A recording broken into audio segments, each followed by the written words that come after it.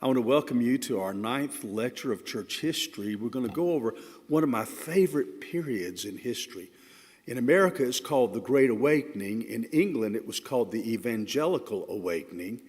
But boy, it was a time when God moved in a way that I long to see him move again. We're covering basically the years from 1730 through about 1760. And our country won't be the same after this, and England won't be the same after this. By the time you get to the year 1700, the initial fire of the Reformation was pretty much dying out.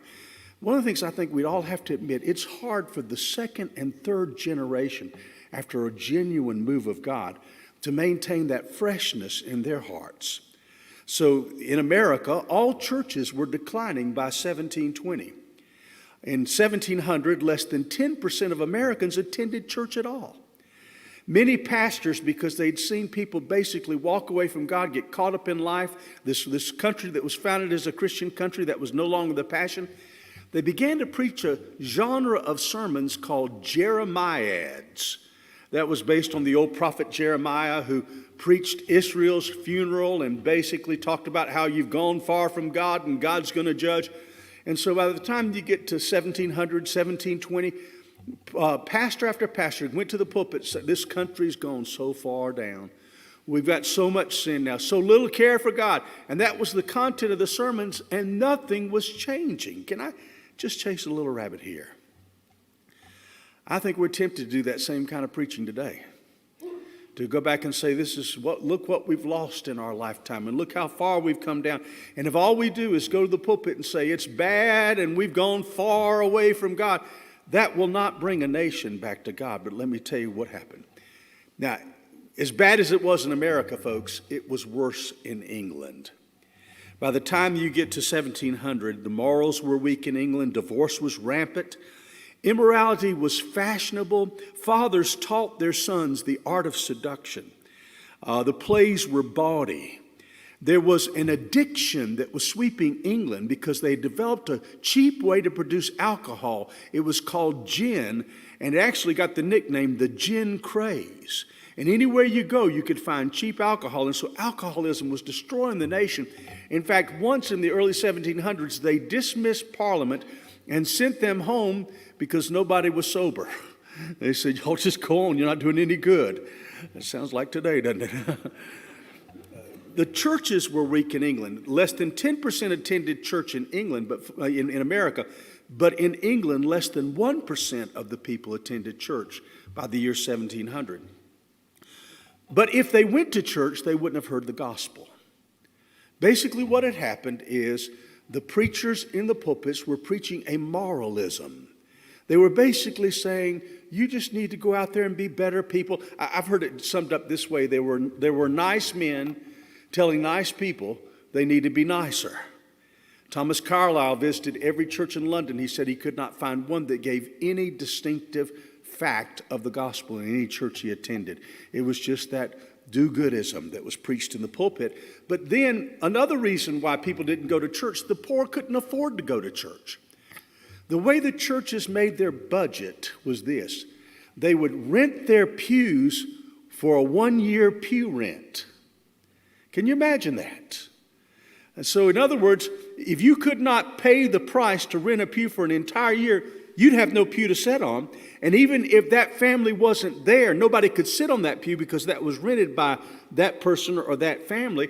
So the poor had no church to go to. If they'd gone to church, they probably wouldn't have understood the sermons because the sermons were very intellectual, using very big words that a common person wouldn't have understood. So here we are at a dark time. And folks, this is one of the things I think ought to encourage us. In the darkest moments, God can break in and bring a great revival. Well, the first peak of revival, the first little bit, a taste of revival actually happened in Europe among the Lutherans. The Lutherans, by the time you get to 1700, had spent the last couple of hundred years arguing over how you express the faith. They were all about head knowledge and doctrinal statements, but they had lost that personal relationship with the Lord. And so there was a movement called the Pietist movement that began. There was a man named Philip Spener who all over Germany began to organize people into home prayer meetings. And they began to have that touch of God come in those home settings.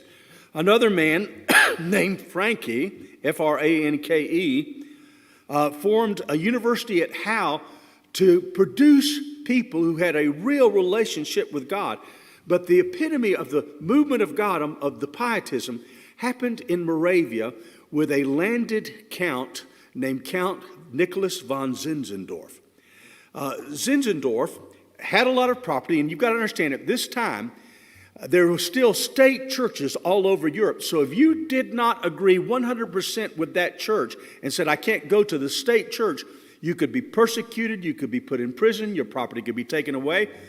So even though there were parts that were Protestant, parts that were Catholic, there still was no freedom.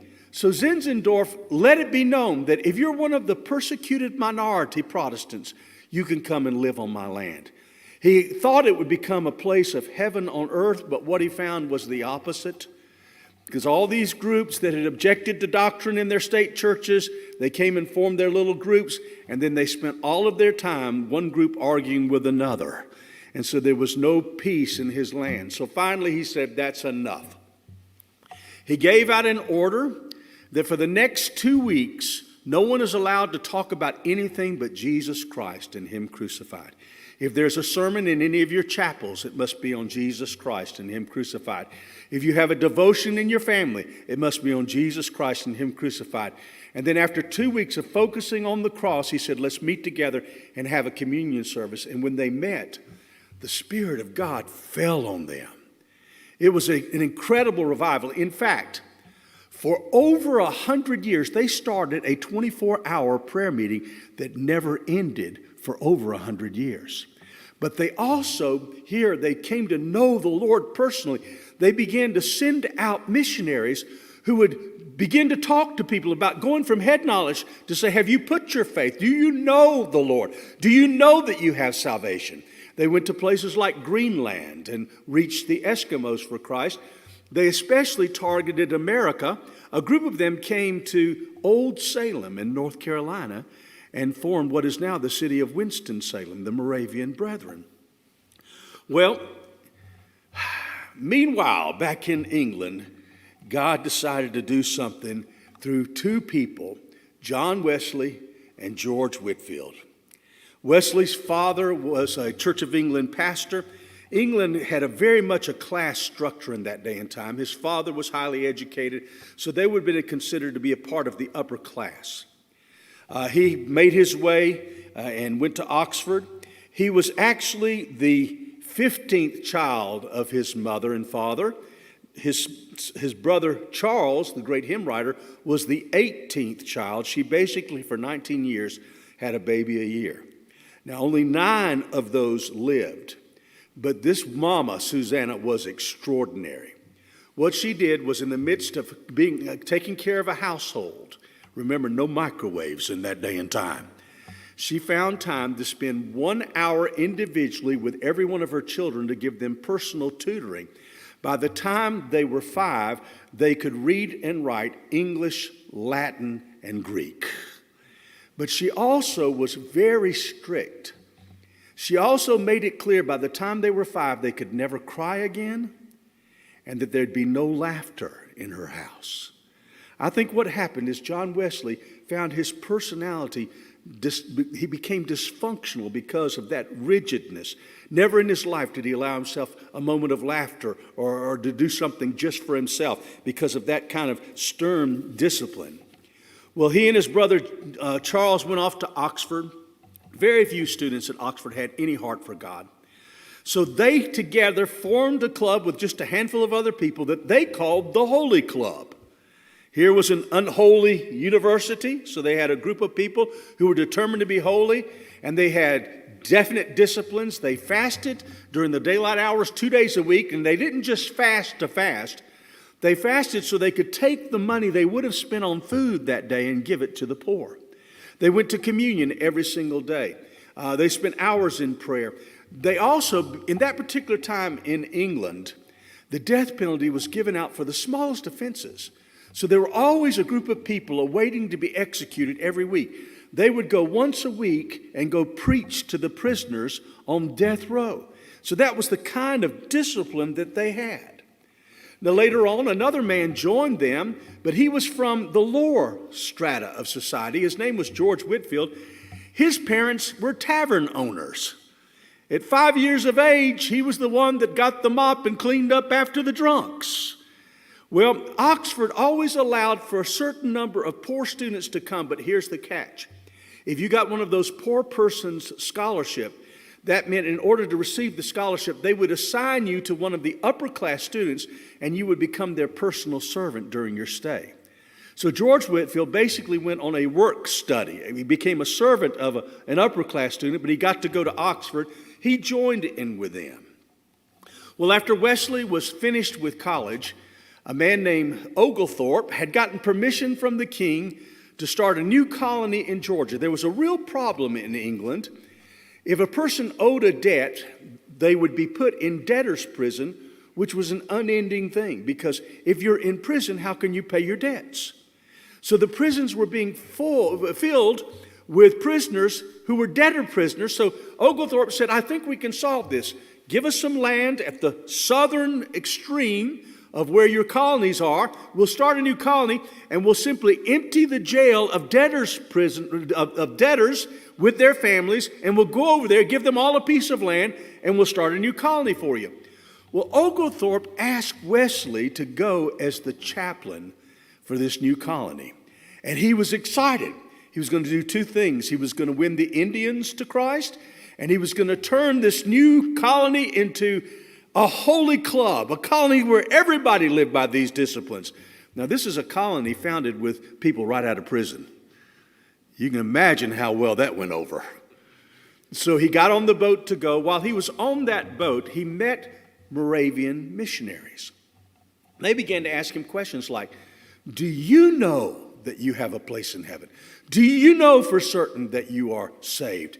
And he would say to them, I hope one day I will go to heaven. I hope I'll be worthy of it one day. They said, that's not good enough. And then they went through a huge storm. And while everyone, including Wesley, was panicking because they thought they were going to die, he looked over there, and with peace on their faces, they were just singing hymns through the storm. He never forgot those Moravians. Well, he went there. He tried to turn a colony full of prisoners into a holy club. That didn't work well. So what he did was, while he was there, he fell in love with a girl named Sophie Hopke. And he proposed to Sophie Hopke, but she soon realized she had made a mistake. And so she broke off the engagement, was proposed to by another man, and they married. And when she married another person, here he is the pastor of the only church in the colony. He put them under church discipline and refused to serve her communion. So she sued him for defamation of character. Now that was a serious charge in the 1700s. He knew that he could be put in prison, but because of this charge, so in the dark of night, he left Savannah, made his way to Charleston, got on a boat, and went back to England. He wrote in his journal that I went to Georgia to save the Indians, but who will save my soul? He was a complete failure. So when he got back to London, he looked up the Moravian Brethren. They had a home Bible study on Aldersgate Street, and he began to meet with them. He and Charles began to meet. There was a man named Peter Bowler who was one of their leaders, and he spent time going through the gospel of salvation by faith alone, that you can be born again and you can know it. And they came to the point where both of them were convinced that this is true, but they also knew they'd not experienced it themselves. Now, here's the irony. Both of them are Church of England preachers. So they said to Peter, what should we do? We know that this is the gospel, but we've not experienced it ourselves. And Peter Bowler gave them an interesting statement. He said, what you do is you preach faith until you have it, and then because you have it, then you'll preach it. So that week they went to the prison and they preached the gospel that you can be saved at this moment and that you can know at this moment that you've got a place in heaven. And they led one of the prisoners on death row to Christ, and he was gloriously saved. The peace of God came on him. There was an instant change. That week they returned so they could get in the cart with him as he was being taken to the public execution. And while along the way, that prisoner simply witnessed. He said, "Don't you worry about me. I'm on my way to heaven. I know where I'm going. My soul is secure. I'll pray for you, but you don't worry about me." And Charles Wesley wrote in his journal that I would give anything to have been able to trade places with him. I would be willing to go be hung if I could have the certainty of salvation that he had. Well, shortly after that, John Wesley was attending that Aldersgate home group with the Moravians, and they were reading some of Luther's writings, and this is what he wrote that night in his journal. "I felt my heart strangely warmed. I felt I did trust in Christ, Christ alone for salvation. And that was the point where he was born again. And then he began to preach it with a fervency." Now, the problem was the other preachers in the Church of England were preaching this moralism. They weren't preaching the gospel. They weren't talking about being born again because they hadn't been born again themselves. So what happened is the churches that were previously open for him to preach were shut. So he found himself with nowhere that he could preach. Now, George Whitefield had just before this become a Christian on his own. He was reading Puritan books, and he saw that salvation is by faith alone. In his own room one night, he called out for God to save him, and he was gloriously saved. Well, Whitefield was visiting the town of Bristol in England. Bristol was a center of coal mining.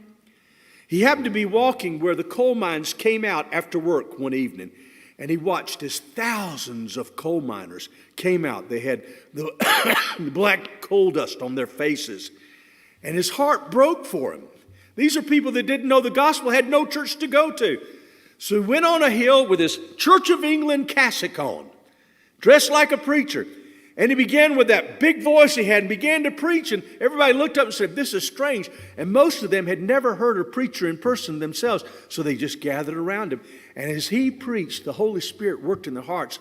And they said there were white rivers that went through the black coal dust on their faces from the tears that went down their faces.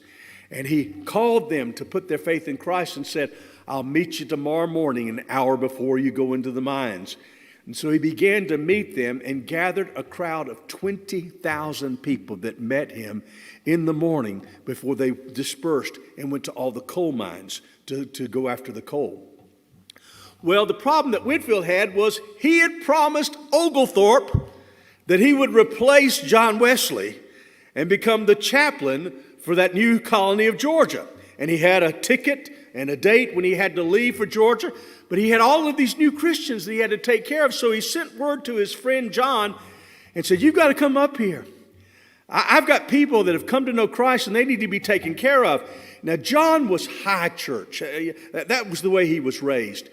When he heard of this, he said in his journal, "I should have thought it to be a sin for a soul to be saved outside of a consecrated building." Then he stood there by him. He said, as he was preaching, "I thought to myself, I've never seen anything more vile than this." But he watched as the Holy Spirit worked in that crowd. And he said in his journal that night, "From then on, I determined to be as vile as he." They had found the method that would bring the gospel to that generation in England and America. It was open air preaching. That way they could reach everybody. Now, Wesley was under 5 foot tall, so he always carried a stool and would stand on top of a stool. Whitefield would just find a hill and preach. But they went all over England, and then Whitefield went to America. And when he came to America, there were a few beginning fires of revival that had just started burning in America.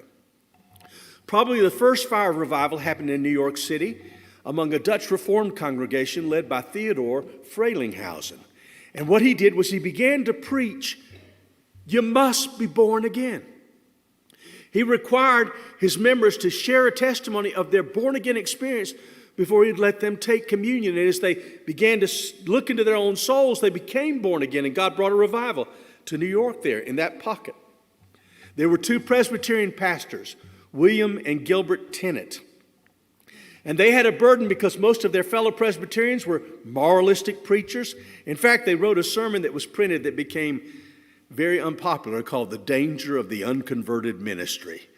And they were so burdened by how many unsaved preachers they were that they started their own seminary. They called it the Log Cabin College. It's called Princeton University today. So they could produce born-again pastors. In Northampton, in Massachusetts, a man named Jonathan Edwards saw God do an incredible work in his town. As he preached, you must be born again. A town that it was cold toward God, especially the young people were very cold toward God. All of a sudden, God moved in, and the young people led the way, being on fire for God. And that entire town was transformed. So he wrote a book about it, and this was the title. They had long titles in that day and time. A faithful narrative of the surprising work of God and the conversion of many hundreds of souls in Northampton. But it was a bestseller, and people all over the colonies were reading about what God had done in changing a town, Northampton. And they were in their hearts crying out, God, do it in my town. Do it in my town. And that's when Whitefield arrived. Well, when Whitefield came to Georgia, he saw a need that God put on his heart. In those days, as hard as it was, there were people who came over and the parents would die and leave orphaned children. There was nobody to take care of them. So he founded an orphanage in Georgia, but the problem was this. It takes money to put food on the table and clothes on their backs and to house them. So he had to take off and started from the southernmost colony, Georgia, and work his way to the northernmost, and he decided to preach and then raise money for the orphanage. But what God did with this great gospel preacher, as he moved through the colonies, all those little pockets of fire over here and there, it was like he was fanning the flame and the whole thing caught fire. And so God so swept into America that from the years 1740 to 1742, the church membership in America in just those 2 years doubled. By the time this period of time is over, by the time you get to 1760, 3 out of 4 people in America had been moved closer to God through the Great Awakening. It was literally a national revival. Well, there was a break between Wesley and Whitefield. Wesley was someone who did not like Calvinism. He hated the doctrine of predestination. George Whitefield, because he had been led to Christ by reading Puritan books, was somebody who identified as a Calvinist. He believed strongly in predestination. They knew they disagreed on this subject, but they had a gentleman's agreement that they would simply not bring that up. They would concentrate on the gospel and leading people to Christ. Well, while George Whitefield was in America, John Wesley broke that agreement. He published a sermon, and it was I'm telling you, I've read the sermon. It was hot under the collar. He basically condemned the doctrine of predestination. He said at the end of it, I don't want any part of a God who would in advance say, you're going to heaven and you're going to hell and you have no choice about that. So he condemned predestination. Well, this made George Whitefield very uncomfortable because everybody knew he believed in that teaching. So for 2 years, they didn't speak to each other. And so for 2 years, there were actually 2 Methodist movements. There was a Calvinist movement led by George Whitefield, and there was the non-Calvinist movement that was led by John Wesley. And the truth of the matter is, the larger one was Whitefield's version because Whitefield was the greatest preacher of the 1700s. So he had far more followers than Wesley did. But after 2 years, Whitefield assessed his own soul, and he came to this conclusion that his gift was evangelism, and John Wesley's gift was in taking care of souls. So they reunited, came together, and he basically said, John, I'm giving you all of my followers, and you'll be in charge of the Methodist movement, and I'm going to be free to just go and preach. And what John did was he organized these new Christians. We would call it today, he discipled them. And people say the reason why England was saved from a French Revolution, the way that France received it, was because they were changed through these things that John Wesley did in taking these new converts and helping them grow in the Lord. Let me give you his innovations that John Wesley had. First of all, he organized new believers into 3 groups. When he would come to a town, he would take everybody that had been born again through that ministry in the town, and he formed them into a society. And that was not a church because this was a parachurch movement. So they would not meet on Sunday morning, but they would meet once during the week. They would sing rousing hymns, oftentimes written by Charles Wesley. They would hear a good sermon. They would be exhorted. By being in a big group, you saw you're not alone. But then he divided everybody up into classes. And the classes would be 20 to 24 people. They would be co-ed. And in the classes, they would live out the faith together. They would do their Christian service. They would encourage one another. They would stand by each other. But then he went even farther than that, and he sex segregated those classes and would take 6 to 12 men and put them in a group, and 6 to 12 women. He called them bands. And the whole purpose of these bands was once a week, they would use James 5:16, where it says, confess your sins to one another and pray for one another. And once a week, you would get together with men, or you would get together with women, and you'd go around the circle and say, now, where did you struggle this week? Where are you failing God? And we would call that an accountability group. So here you've got this incredible discipleship program going. But he also did something innovative. He raised up an army of lay preachers called circuit riders. Up till this point, people thought that the only ones who could preach the gospel were people like Whitefield or Wesley, who were ordained, educated, they wore the right clergy clothes. He said, we're not going to get the job done with that. So he raised up a group of lay preachers. Now, he trained them. Whenever he sent them off on their horses, they had books in their saddlebags to read, and they had assignments to do. But he also gave them practical training. For instance, the poor in that day and time had no medical help available to them. They couldn't afford to go to a doctor. So he basically taught them the basics of medicine. We would call it first aid, but it was the basics of medicine to take care of the people in that day and time. But he also took care of the social needs of these new Christians. The converts that were getting saved came from the poorest part of society. Most of them had been alcoholics. That gin craze was devastating England. So when somebody got saved, they quit drinking. You know what happens when you quit drinking? You can now get a job, a job. You can take care of your family. And so, but the problem was, no bank would loan to these poor people, so you couldn't buy a house, you couldn't start a business. So what he did was he had every society begin a credit union, so that those who had been converted, had come out of sin, had seen their lives change, could have a way of making their lives better. Wesley also preached against one of the great evils of that day and time, which was slavery. Just a week before Wesley died, he sent a letter to William Wilberforce, who was fighting in Parliament to outlaw slavery. He said, you keep fighting until this battle is won. And Wilberforce kept that letter from Wesley in his coat pocket until finally, decades later, slavery was ended in the British Empire. Now, I mentioned briefly that I thought Wesley had a dysfunctional personality. We've seen that in some instances, but let me talk to you just briefly about his marriage. John and an entourage would travel around. And when I say an entourage, there would be a couple of women who traveled around because the women were there to take care of the women. That was the way you did things in that day and time, of course. And so they would travel on their horseback and go from place to place, sleep on the ground. It was quite a life. He fell in love with one of the ladies who was there to tend to the other ladies, a lady named Grace Murray, who proposed to her, and she accepted. But Charles was outraged because Grace Murray was from the lower class of England, and they were from the upper class of England.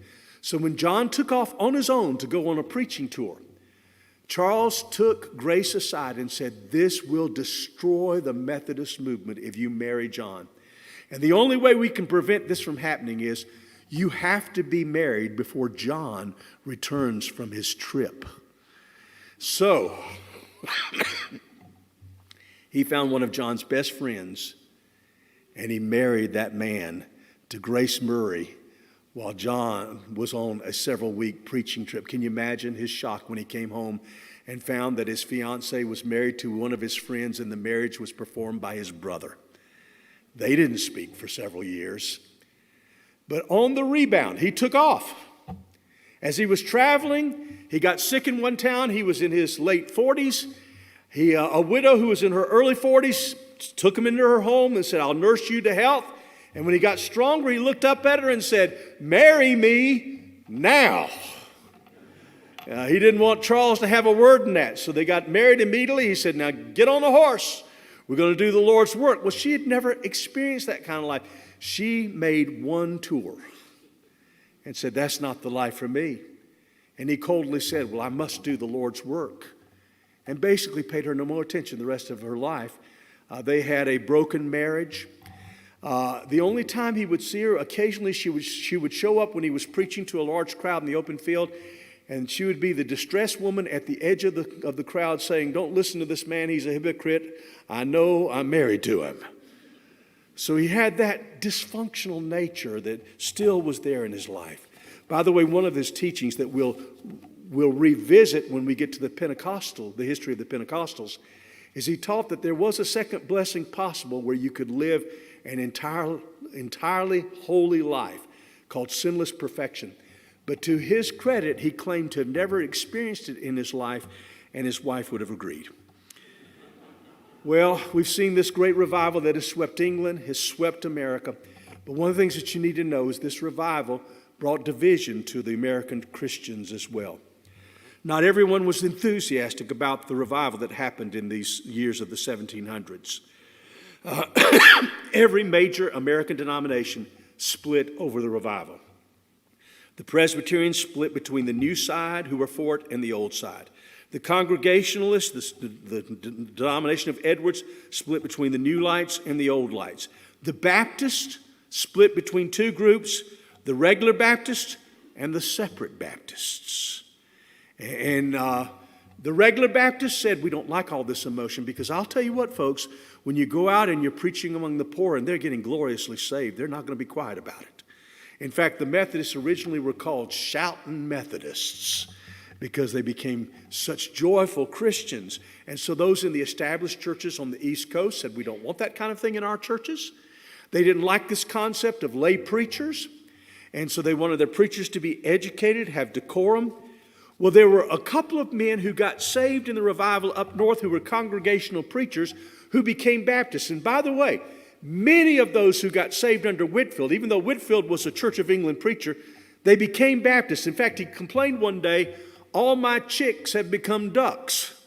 And part of the reason was we Baptists were already telling people, you must be born again before you can even become a member of a church. The gospel fit our way of doing church better than anyone else.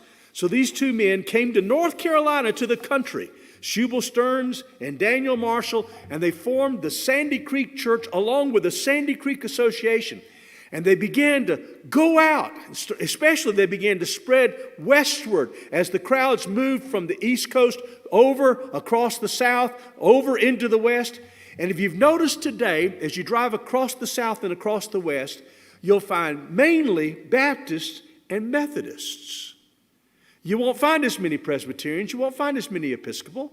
You won't find Congregationalists, those kind of things. And part of the reason was this, because those other denominations had strict requirements for who could be a pastor. You had to meet educational things. You had to be approved. You had to be sent out. Well, John Wesley said, you get called to preach, I'll give you a circuit. And the Baptist churches, what happened was this. They had no requirements for a pastor. If God called you to preach while you were behind a plow, you'd be in a pulpit the next Sunday. So since you had farmer preachers, as the people moved west, they'd simply have farmer preachers that God would raise up. And because of that, we were able to see this part of the country basically conquered by those two denominations. Now, I want to say this as I close. We're in dark times like it was just before the Great Awakening. And my prayer is that we would see God do another revival like happened in the Great Awakening. So my assignment for you today for your essay is this. What can we learn from the Great Awakening that would help us in our day and time? Thank you for listening.